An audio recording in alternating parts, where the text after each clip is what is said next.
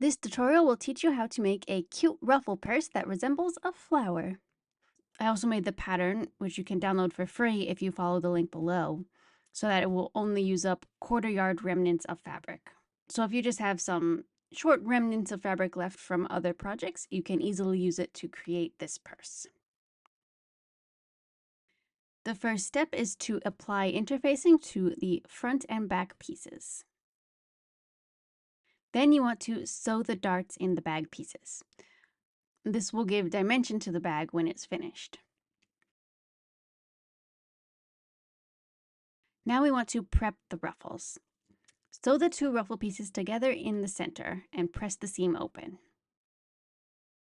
Then you want to hem both short ends of the ruffles. Now you want to fold the ruffle in half with wrong sides together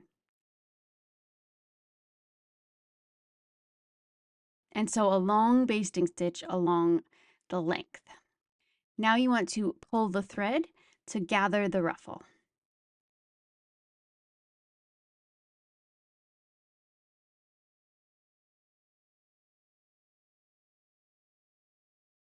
Once your ruffle is all gathered, you want to baste it to the front of the bag. Make sure you leave a space for the seam allowance at the top of the bag. So you don't want the ruffle to go all the way to the top edge. You want to leave a 1/2 inch space up there.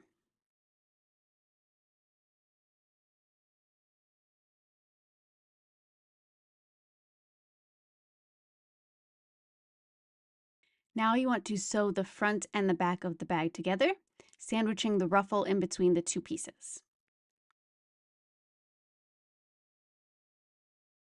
Once sewn, you want to turn the bag to the right side and then remove any visible basting stitches. Sew the strap to the upper edge of the bag on opposite sides.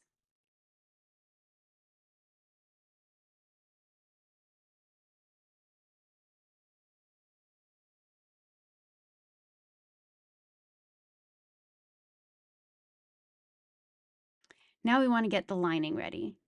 Start by hemming all sides of the inner pocket, and then sewing the pocket to the lining.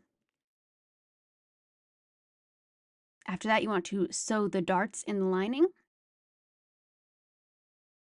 and then sew the front and the back of the lining pieces together.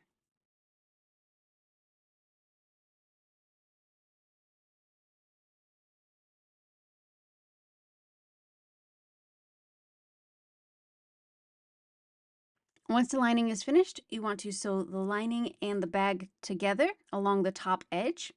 So place your bag inside the lining and sew along that upper edge. Make sure you don't catch the ruffle in the stitches along the top seam. That's why we left that gap there earlier. You also want to leave a small gap in the top so that you can turn the bag to the right side. Once sewn, you want to turn the bag out to the right side so that the lining will now be inside of the bag.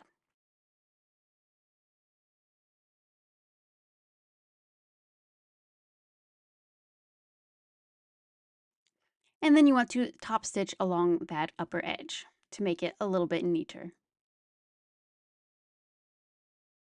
And that's it, you're finished. You now have a cute ruffle floral tote bag.